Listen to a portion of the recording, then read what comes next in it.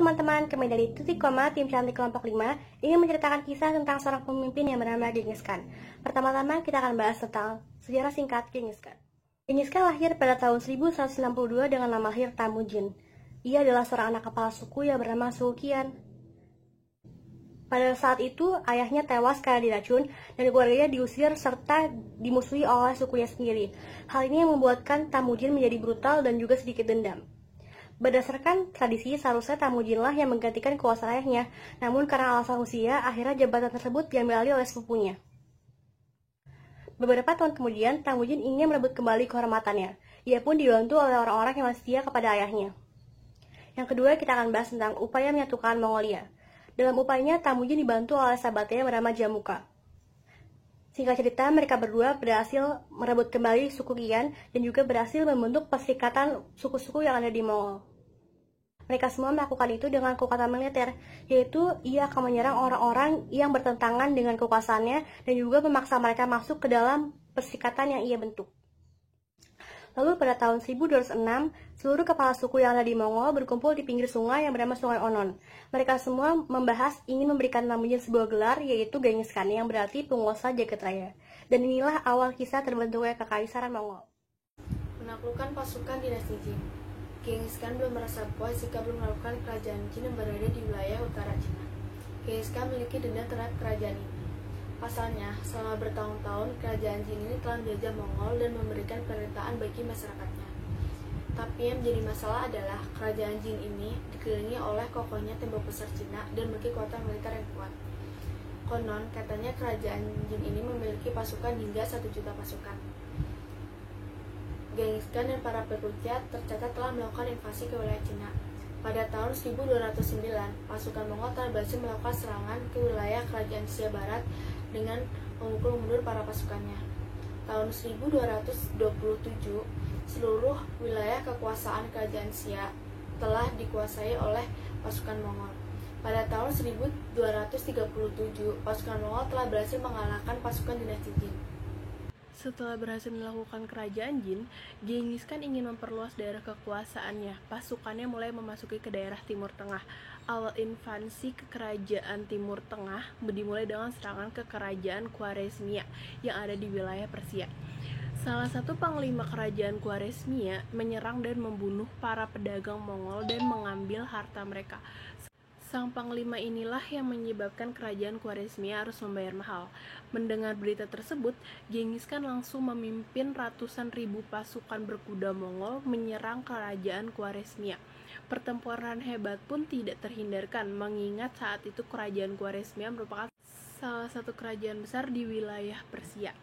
Namun pada akhirnya Genghis Khan dan pasukannya berhasil menaklukkan kerajaan Khwarezmia. Konon akibat pertempuran itu, populasi masyarakat Timur Tengah sampai berkurang hingga 10%.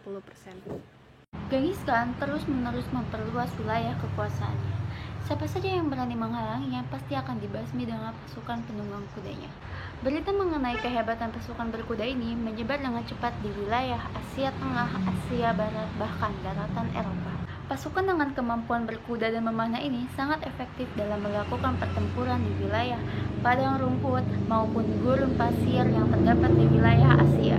Dengan pasukan ini, kekuasaan Mongol bisa menaklukkan wilayah yang sangat luas. Sejarah mencatat wilayah kekuasaan Mongol mencakup seluruh Cina, Korea, bahkan sebagian besar Timur Tengah dan Eropa Timur. Genghis Khan meninggal pada tahun 1227 disebabkan karena luka jatuh dari kuda. Sebelum ia meninggal, ia telah menyampaikan pesan supaya pemakamannya dirahasiakan agar tidak dirusak oleh musuh-musuhnya. Setelah hampir 800 tahun, tidak ada seorang pun yang tahu pemakamannya Genghis Khan. Ogedei Khan adalah anak ketiga dari Genghis Khan. Dia dipilih oleh ayahnya untuk menggantikannya. Dia adalah seorang anak yang paling baik hati di antara kakak-kakaknya yang sombong.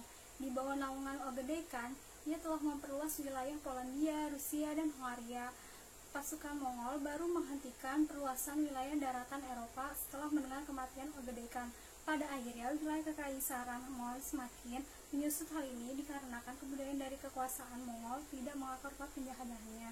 Mereka hanya ingin pendekatan kepada militer, sehingga banyak wilayah yang memberontak dan membebaskan diri.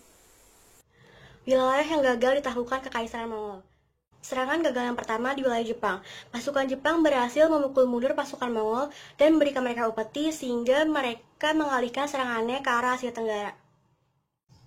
Pasukan Mongol menyerang Pulau Jawa yang pada saat itu dikuasai oleh Kerajaan Singosari yang dipimpin Raden Wijaya. Saat Kerajaan Singosari runtuh, Raden Wijaya berhasil memukul balik pasukan Mongol dan mendirikan kerajaan baru yaitu Kerajaan Majapahit. Dan yang ketiga yaitu wilayah Mesir. Pasukan Mesir berhasil mengusir pasukan Mongol dari wilayahnya dan bahkan mengejar mereka sampai keluar dari wilayah tersebut. Kalimat motivasi Genghis Khan yaitu suatu keputusan yang diambil saat tengah dikuasai amarah akan berujung kegagalan. Maka dari itu, jangan pernah mengambil keputusan atau tindakan saat dikuasai oleh amarah. Berusahalah mengontrol pikiran saat ingin mengambil keputusan. Dan 5 fakta unik Genghis Khan yaitu 1. Masa kecil Genghis Khan sangat miris. Dan yang kedua, seorang sahabat yang ia percaya ternyata musuh besarnya. Dan yang ketiga, Genghis Khan tidak suka penghinaan. Dan yang keempat, ada 40 juta orang yang dibantai oleh Genghis Khan. Dan yang kelima, Genghis Khan sangat toleran terhadap seluruh agama. Pembelajaran kepemimpinan Genghis Khan. Yang pertama, walaupun Genghis Khan adalah seorang penakluk besar, ia tidak pernah berhenti menjadi terbuka dengan budaya baru, dan ia sangat terbuka untuk belajar teknologi, praktik, dan bahkan agama-agama di negara yang ia taklukkan. Seorang pemimpin hebat tidak pernah berhenti, dan itu adalah kunci keberhasilannya. Lalu yang kedua, Genghis Khan telah menunjukkan pentingnya disiplin melalui cara dia melatih tentara yang hampir menaklukkan dunia yang kita ketahui. Genghis Khan menempatkan pasukannya melalui pelatihan militer yang kuat dan ketat, mengajar orang-orangnya untuk menembak panah akurat dan lihai. Dalam mengendarai kuda melalui disiplin itu, ia berhasil mengalahkan sebagian besar lawan-lawannya yang jauh kurang terlatih. Yang ketiga, persiapan adalah kunci keberhasilan. Ketika memerangi suku-suku nomaden dari Mongolia, Khan akan menyiapkan beberapa taktik dan perangkap sebelum berhadapan dengan musuhnya. Dia sangat teliti merencanakan serangannya, sangat hati-hati. Akibatnya, ia berhasil memenangkan pertarungan dan mengalahkan para musuh. Demikianlah presentasi dari kelompok 5. Kurang lebihnya kami mohon maaf. Wassalamualaikum warahmatullahi wabarakatuh.